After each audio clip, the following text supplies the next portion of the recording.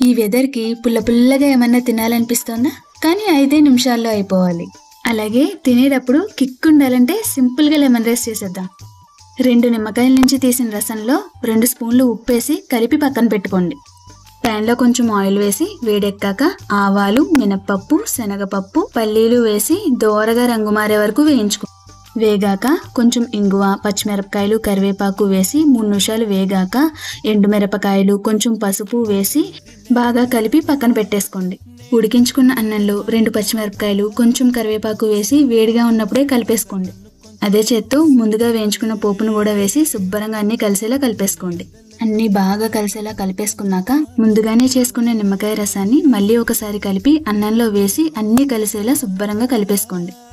ఆఖరిని కొంచెం కొత్తిమీర చల్లుకుని ఈ పులిహార తింటుంటే కిక్కో కిక్. ఈ పులిహార లంచ్ బాక్స్లో కూడా బాగుంటుంది. అలాగే కొంచెం సబ్స్క్రైబ్ చేసుకోండి.